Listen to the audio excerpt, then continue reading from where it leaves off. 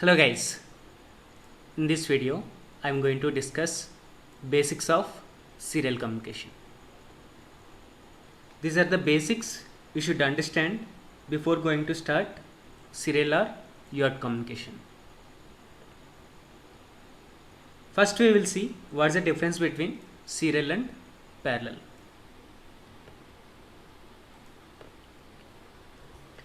In parallel, for example, if you want to transfer 8 bit of data like this from sender to receiver or transmitter to receiver, then the parallel transfer requires 8 lines or 8 wires to transfer 8 bit of data. That means whole data will be transmitted at a time. So using individual lines as shown here. For example, if you want to transfer 8 bits of data like 10101010 as given here, so then the 8 bits data will be placed like each line 1 bit as shown here. Whereas in serial, if you want to transfer 8 bits of data from transmitter to receiver, then the data will be transmitted bit by bit. For example, if you want to transmit the same data 101010, so first 0th bit will be transmitted from transmitter to receiver, and then the second bit 1, and then 0 and 1 and so on. So it takes 8 cycle to transfer this 8 bits of data. That is the reason the serial data transfer is slower compared to parallel communication. In parallel, whole data will be transmitted at a time, so it takes less time to transfer the data. In parallel, we require more lines, and in serial there is only one line to transfer data, as we discussed. So hardware wire complexity is more in parallel and hardware wire complexity is less in serial communication. For short distances, it is better to go for parallel communication. For long distances, it's better to choose serial communication.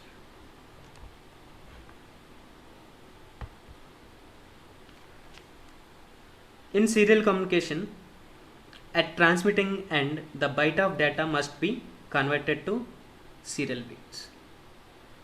That means, so there should be a there is a converter like a parallel in serial out shift register that is required in order to transmit the data, the parallel data. So this parallel in serial out will convert the serial data into parallel data to serial communication. And at the receiving end, there is a serial in parallel out shift register to receive the serial data and then pack them into a byte.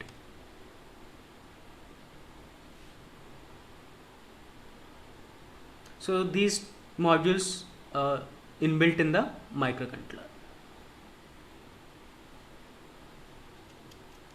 Next we will see what is simplex, half duplex and full duplex.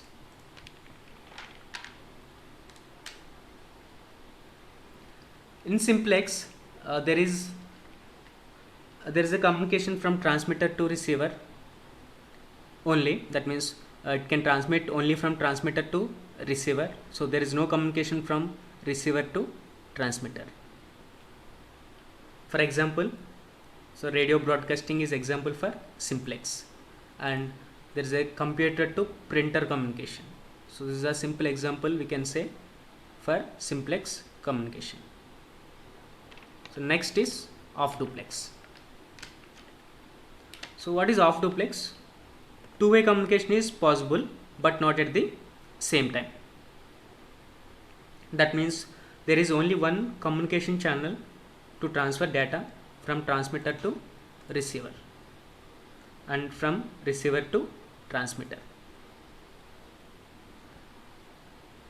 So for example, if you see a walkie-talkie, so only one-way communication is possible at a time. Two-way communication is possible but not at the same time. Whereas in full duplex, two-way communication is possible at the same time. Example is telephone. So next we will see the difference between synchronous and asynchronous.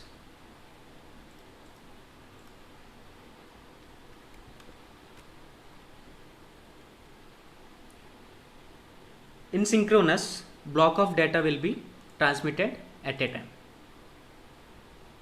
Whereas in asynchronous, a single byte can be transmitted at a time. So the synchronous transmission needs precisely synchronized clocks, whereas in asynchronous transmission, no need of synchronous clock. The data transfer is faster in synchronous. So on the right side image represents synchronous and asynchronous transmissions. So that means there is no gap in the data as you see in the synchronous. So there is a continuous flow of data. So whereas in asynchronous there is a gap in between the bytes of data, that is, and it is packed with a start bit and stop bit as shown in this picture.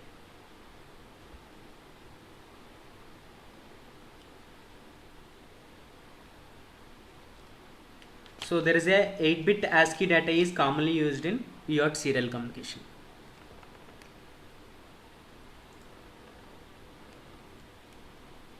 So we can say it is a character oriented transmissions.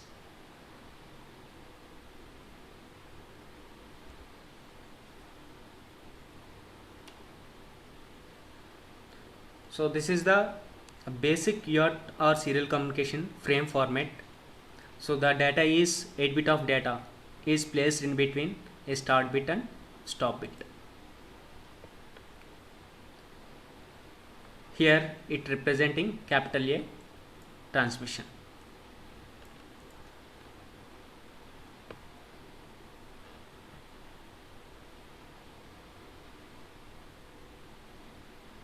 So as I told, so it is using 8-bit ASCII value to represent a byte or character. So in some systems, in order to maintain data integrity, there is a parity bit of the character or byte is included in the data frame. So that is before the stop bit, there is one more field here, that is parity. So there may be different parities possible, like odd parity, even parity, and we can choose no parity also if you don't want any parity.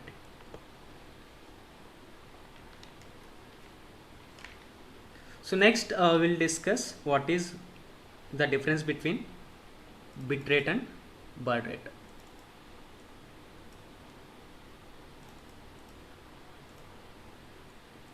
So bit rate is nothing but as we know, that is number of bits per second. So the baud rate is nothing but number of signal changes per second.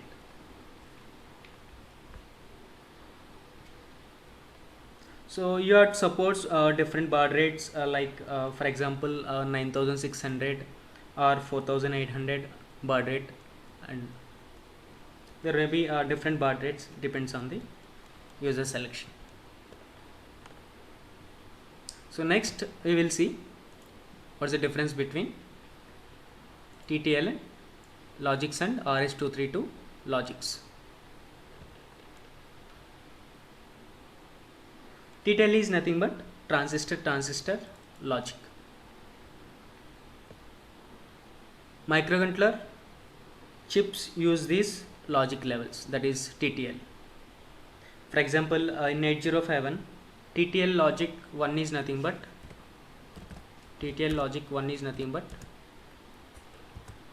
5 volt,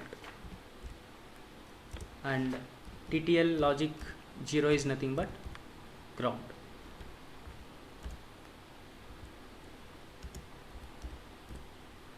So these are the logic levels for a microcontroller.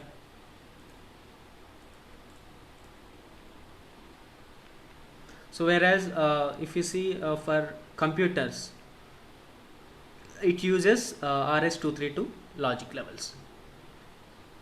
That means, for example, in RS-232, logic 1 is represented as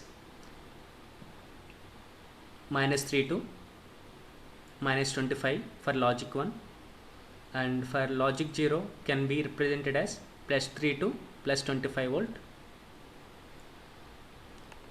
So these are the two logic levels in computer. So that is nothing but we call it as RS-232 logic levels. And there is a DB9 connector in the old computers. This is RS-232 connector. So it has different pins as shown here, like receive data, that is second, transmit data third, and fifth is ground. So mostly we use 2, 3, 5. Suppose I want to interface a microcontroller to a computer through UART communication. So there is a problem here, like as we discussed. So the microcontroller voltage levels are, like as I told, like 1 means 5 volt, but whereas 0 means ground. So but if you see the computer voltage levels, -3 to -25 for logic 1, and +3 to +25 volt for logic 0. So these are the voltage levels for computer.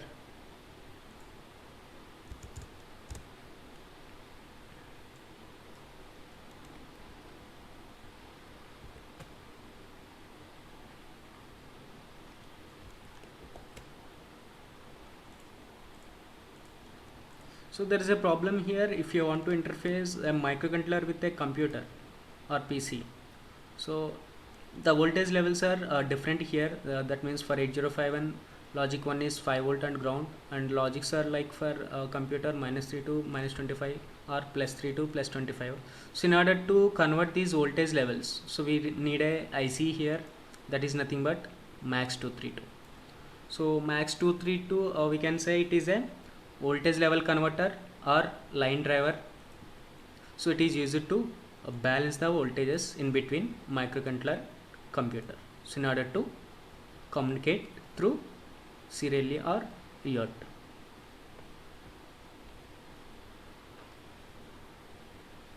So as you see, there is a pin diagram here. So it has two line drivers, that means one transmit, one receive, and another transmit and another receive. So two channels we can use in this MAX232 IC.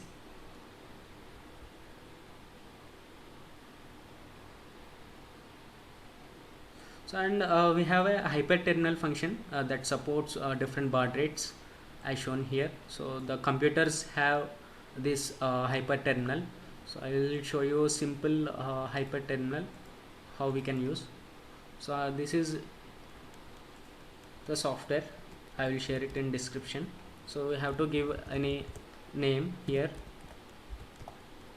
after opening. So just give example. So here you have to choose the COM port. So which COM port you want to use. Suppose I am using COM23. That USB I have connected to a RS-232 USB converter, for example. So you can give COM23 here. Click OK. So it will ask for what's the baud rate you want to choose. So you can choose maximum or required baud rate. I'm just choosing 9600. The data bits will be 8. So if you want parity, you can choose parity, odd or even or none, and there will be one stop bit. So hardware flow control I'm using, just apply and okay. Or you can give restore default also, it will take the default values and give okay. So here you can this hyperterminal can be used for both transmitting data or receiving data, or for monitoring the data which can be transmitted by microcontroller. So there are many hyperterminal softwares available, so you can Google it. So in later videos I'm going to show you how to transfer data serially and how to receive data serially, and for the same we are going to see the programming also. So thanks for watching, and I'm just posting interview questions in community tab, so you can see this. So I'm posting different interview questions here. It will be very useful for you. So thanks for watching. Stay tuned.